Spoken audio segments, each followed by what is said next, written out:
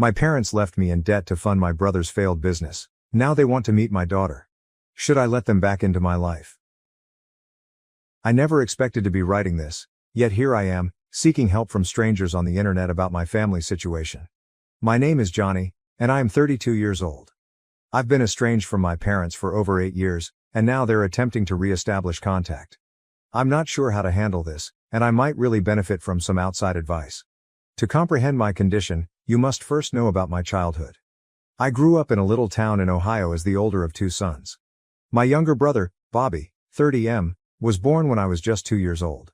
Bobby was unquestionably the golden child. He was outgoing, athletic, and charming, all qualities that I lacked. I was more introverted and concentrated on academics. Our parents, particularly our father, were always more interested in Bobby's activities than mine. Dad was a former high school football standout who never completely recovered from his golden days. Bobby's passion in athletics thrilled Dad. He'd spend hours in the backyard teaching Bobby how to throw a perfect spiral, while I sat on the porch with my books. Mom wasn't as open about her preference, but it was still present. She'd swoon over Bobby's finger paintings and display them on the fridge, yet my report cards with straight A's were received with a simple, "Good job, Johnny." I recall a particularly terrible occurrence when I was 10. I won the school science fair with a project about renewable energy. I was so pleased to show my parents, but when I arrived home, they were too busy celebrating Bobby's selection to the junior football team to look at my blue ribbon. As we grew older, the partiality became more apparent.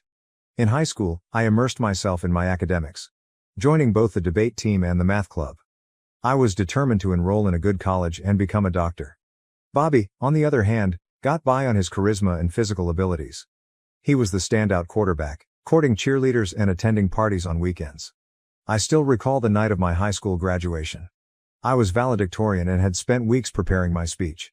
As I stood on the stage, I looked around the audience for my family. Dad was there, but he was occupied recording Bobby, who was having fun with his friends in the back row.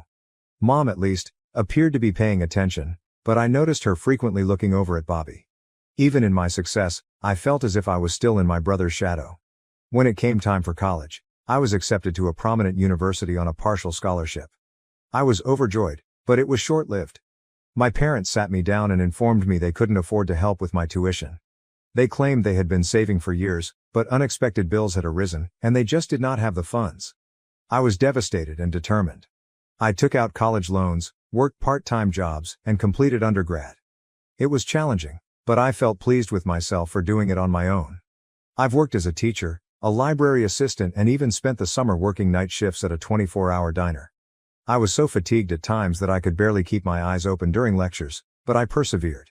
Meanwhile, Bobby had determined that college was not for him. He worked at a neighborhood garage and spent his evenings drinking and partying. Our parents never expressed concern over his lack of direction. They'd just laugh and remark, "That's our Bobby, always living in the moment." Then, during my senior year, I learned the truth. Bobby, who had been working at the garage for a few years, abruptly announced that he was starting his own vehicle repair shop. To my surprise, our parents had handed him their entire savings, money they had told me did not exist, to launch his firm. I could not believe it. All those nights I'd spent worrying about my increasing student debt, all the times I'd had to choose between textbooks and proper meals, and they'd always had money. They just decided to give it to Bobby instead. When I challenged them about it, they attempted to defend their actions. They argued Bobby needed the money more because he didn't have a college degree, whereas I would be all right because I was intelligent and would earn a good living as a doctor someday. They didn't seem to understand or care about the tremendous debt I had incurred or the stress I was experiencing. That was the final straw for me. I completed my degree and was accepted into medical school, but I cut off practically all contact with my family. I only spoke with them around significant holidays, and even then, it was quick and perfunctory. I immersed myself in my studies, determined to excel despite their lack of support. During my second year of medical school, I met Donna. She was a talented, compassionate law student. For the first time, I felt truly recognized and valued for who I am. We began dating and she became my rock. She listened to me when I talked about my family troubles and never condemned me for choosing to distance myself from them. Following graduation, Donna and I married and relocated to Seattle for our respective residencies. We established a life together, away from my family and the agony of my past. 2 years ago we welcomed our daughter Lily into this world. Becoming a parent caused me to think about my own childhood, and I promised myself that Lily would always feel loved and supported, no matter what path she took in life. Fast forward to now. I'm a successful pediatrician. Donna is making waves at a well-known law firm, and Lily is a lively 2-year-old who keeps us on our toes. Life is nice, but I'm still saddened by my family's treachery. A few weeks ago I received a call from my mother. It was the first time we had spoken in months and I sensed something was amiss. She was in tears, explaining that Bobby's business had failed and that he had returned to live with them. Apparently, he had made some poor decisions, gotten into debt, and was now unemployed. My parents had to refinance their home to assist him out. They suddenly want to reconnect with me. They've been calling and texting, requesting to visit and see their grandchild. My father even sent me an email expressing his pride in my accomplishment and his desire to make amends. Part of me wants to give them a chance. After all, they are my parents, and I miss having a family. I think about Lily and worry if I'm robbing her of grandparents. However, another part of me is angry and upset. They seem to want me in their lives now since Bobby has disappointed them and they need someone to be proud of. I do not know what to do. Should I provide them another chance? Should I keep them at arm's length, or should I stick with the distance I've developed over the years? Donna thinks I should at least listen to them, but she's also protective of me and doesn't want me to get injured again. She has offered to be present when I speak with them as a buffer and support system. I'm divided between the want for a family and the need to shield myself from additional misery. I am terrified of letting them back into my life. What happens if they hurt me again? What happens if they try to use me as a financial safety net now that Bobby has fallen from grace? But then I look at Lily and wonder if I'm letting my past influence her future. Any advice is much appreciated. How can I deal with this scenario without being a doormat or allowing my anger to control me? How can I protect my own family while perhaps mending my ties with my parents? I feel like I'm at a crossroads, unsure which course to choose. Update 1. Thank you for your responses. I go through every remark and appreciate the variety of viewpoints you've provided. I wanted to give you an update on what has happened since my previous post. After much thought and several long conversations with Donna, I decided to meet with my parents, but on my own terms. I proposed that we meet in a neutral area, such as a quiet cafe near my business, without my wife or daughter present. I wanted to hear them out without quickly involving my new family members. The days leading up to the encounter were fraught with apprehension. I found myself snapping at Donna over minor issues and having difficulty sleeping. The night before, I sat in Lily's room long after she had fallen asleep, admiring her serene expression and wondering if I'd made the correct decision. The morning of the meeting, I arrived at the cafe early. I chose a table in the corner so we could have some privacy. As I waited, I couldn't help but think of all the times I had sat waiting for my parents to arrive at my events, debate competitions, science fairs, and even my high school graduation party. They were often late, typically due to something involving Bobby. But this time, they arrived early. I observed them approaching the cafe via the glass. They appeared older than I remembered, and more worn down. My mother's hair was completely gray, and my father appeared to have shrunk, his once strong shoulders now slightly slumped. They entered the cafe, and for a little period, we all stared at each other. Then my mother ran forward and hugged me passionately. I flinched at first, unaccustomed to such demonstrations of devotion from her, but I gradually hugged her back. My father stood awkwardly to the side, visibly uncomfortable. We sat down, and I let them talk first. My mom performed the majority of the talking. She began by apologizing for the past, stating that they had understood how unfair they had been. She expressed how proud they were of my accomplishments and how they regretted not helping me more. Then came the kicker. They stated that Bobby's situation had a role in their desire to reconcile. Apparently, his failing company venture was more than simply a bankruptcy. He became associated with some unscrupulous guys and ended up with gambling debts. My parents had to sell their vacation home and take out a second mortgage to help him out. As they talked, memories flooded back. I remembered the summer before I left for college, when I begged to use the vacation home for a week with some friends. They had said no, claiming they intended to utilize it themselves. Later, I discovered that they had let Bobby and his pals stay there for a month.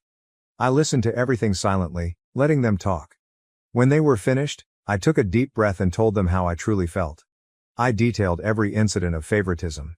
Every time they ignored my accomplishments in favor of Bobby's latest wish. I told them about the evenings I sobbed myself to sleep in college, wondering why I wasn't good enough to have their support.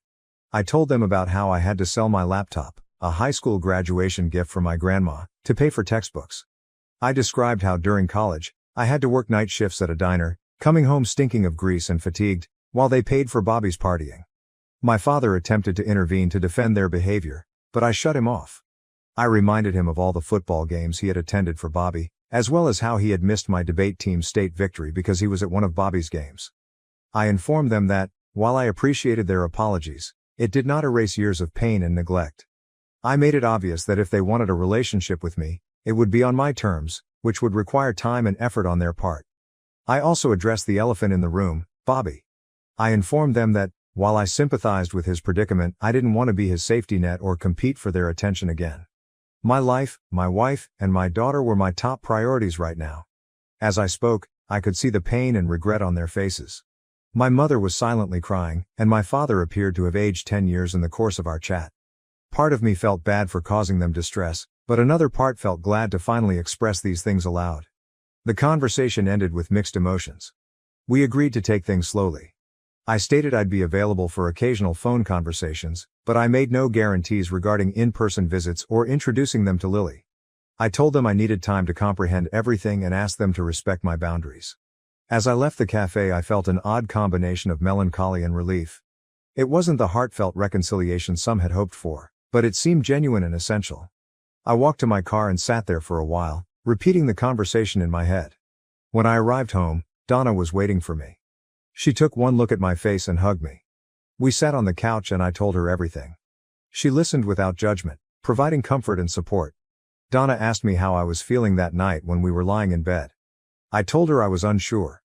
Part of me felt lighter, as if I'd finally let go of a load I'd been carrying for years, but another felt raw and exposed, as if an old wound had been reopened.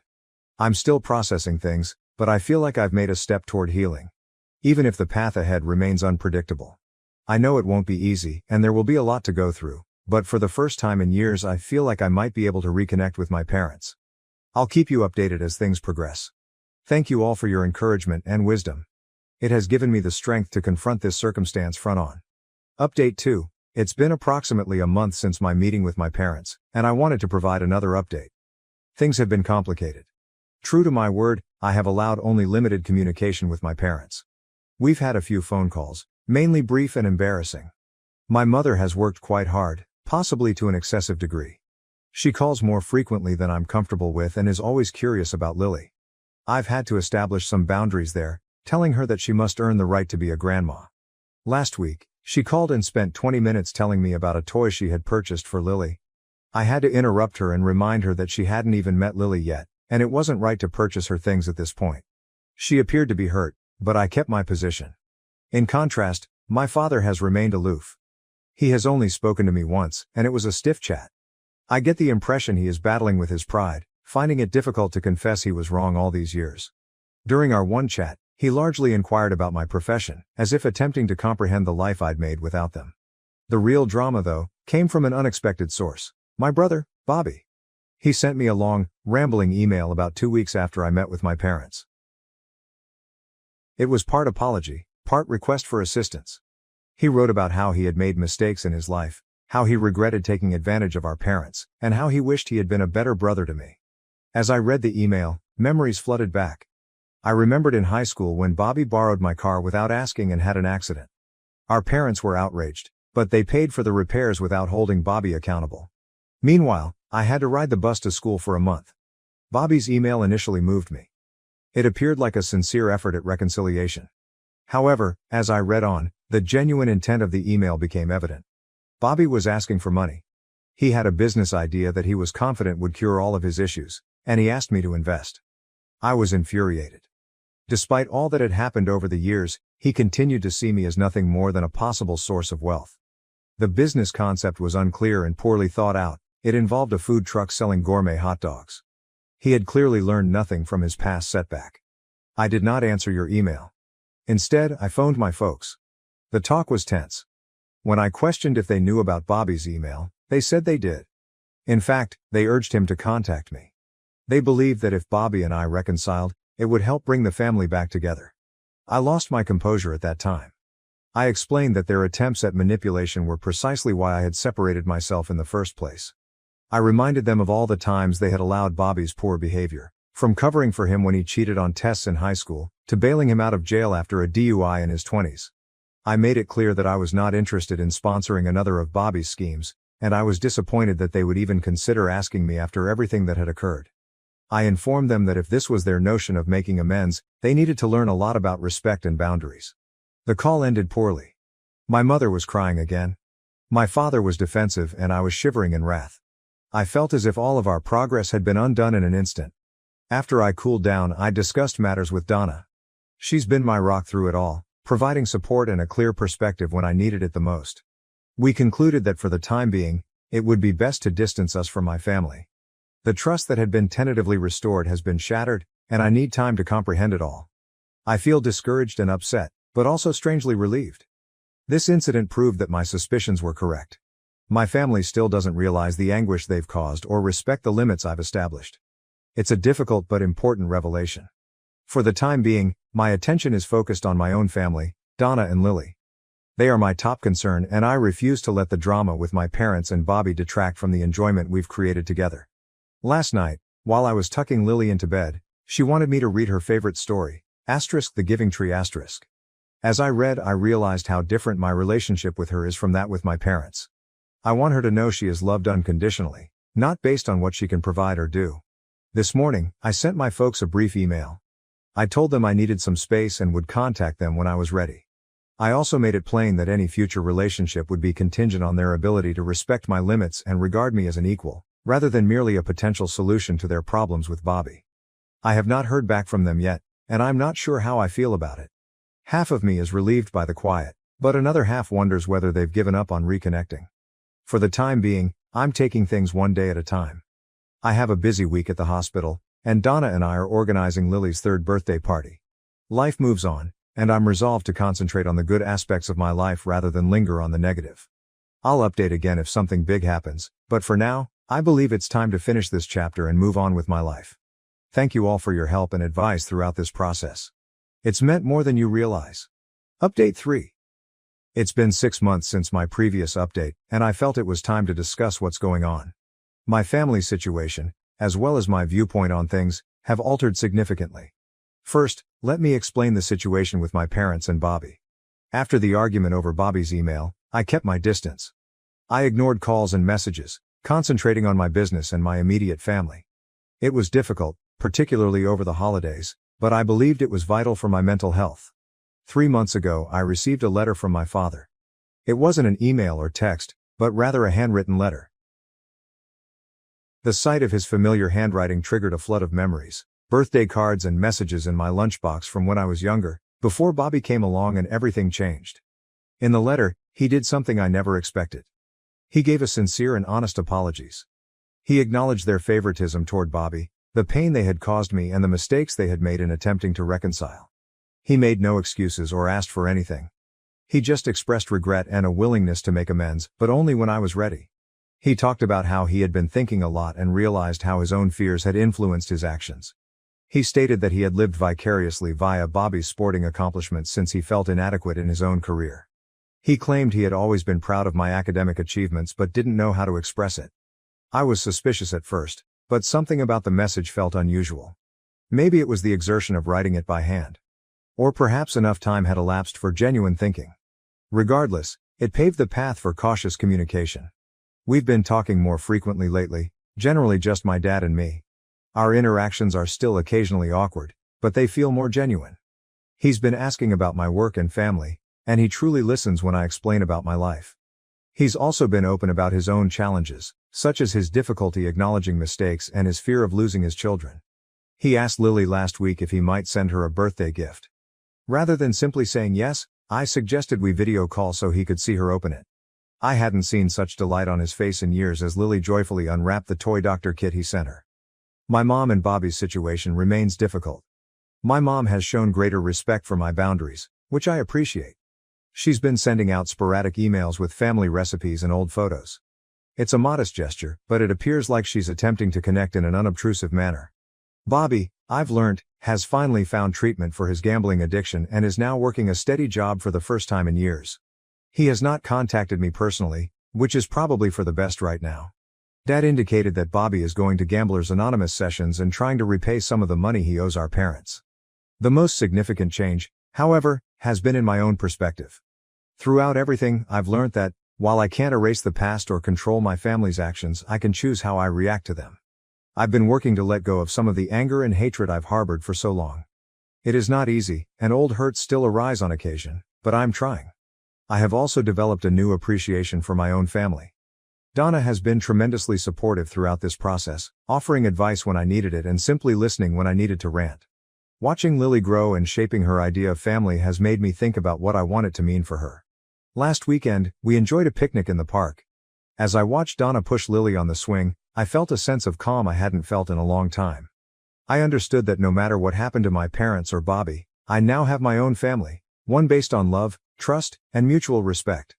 For the time being, we are taking things day by day. I'm not rushing into anything, and I'm not closing any doors. My top priority is still my wife and daughter, but I'm cautiously enthusiastic about the possibility of healing some of the rifts with my parents. This path has been both painful and fascinating. I've learned a great deal about forgiveness, limits, and the complexity of family relationships. Whatever occurs next, I feel better prepared to deal with it. Thank you all for your help and advice throughout this process. It's meant more than you realize. Thank you for watching. If you haven't subscribed yet, please do so and hit the notification bell to stay updated with more shocking real-life stories happening around you.